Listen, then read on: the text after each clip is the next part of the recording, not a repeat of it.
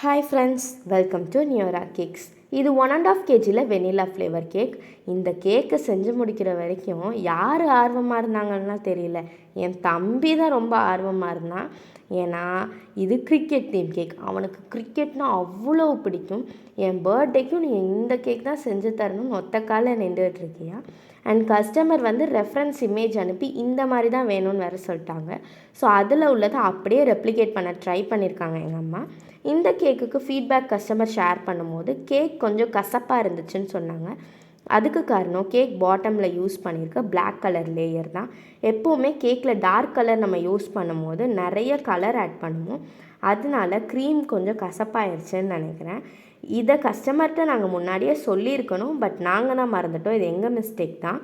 Dark colour cream cake use பண்ணும்போது please customers, நான் உங்களுக்கு ஒரு ரெக்வெஸ்ட்டாக சொல்கிறேன், கேக்கில் இருக்க கலரை ரிமூவ் பண்ணிட்டு சாப்பிடுங்க.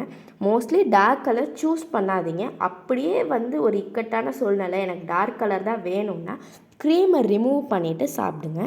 இதுதான் கேக்கோட ஃபைனல் அவுட்புட். எப்படி இருக்குன்னு கமெண்ட்ஸில் ஷேர் பண்ணிக்கோங்க. பாய்.